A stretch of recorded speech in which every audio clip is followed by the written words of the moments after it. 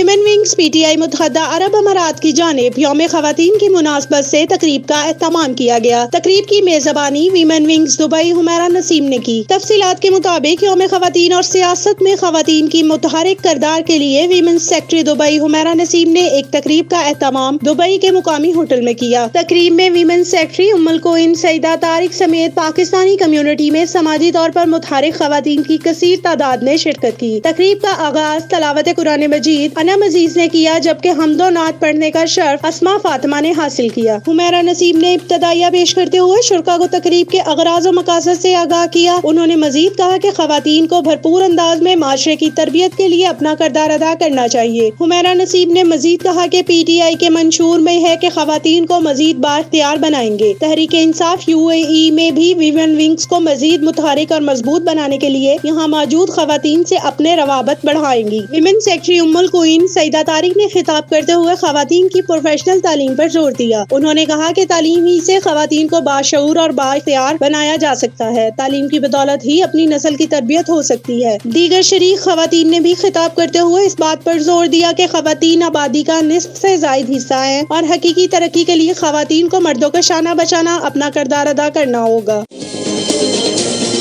33 news overseas پاکستانیوں کی آواز۔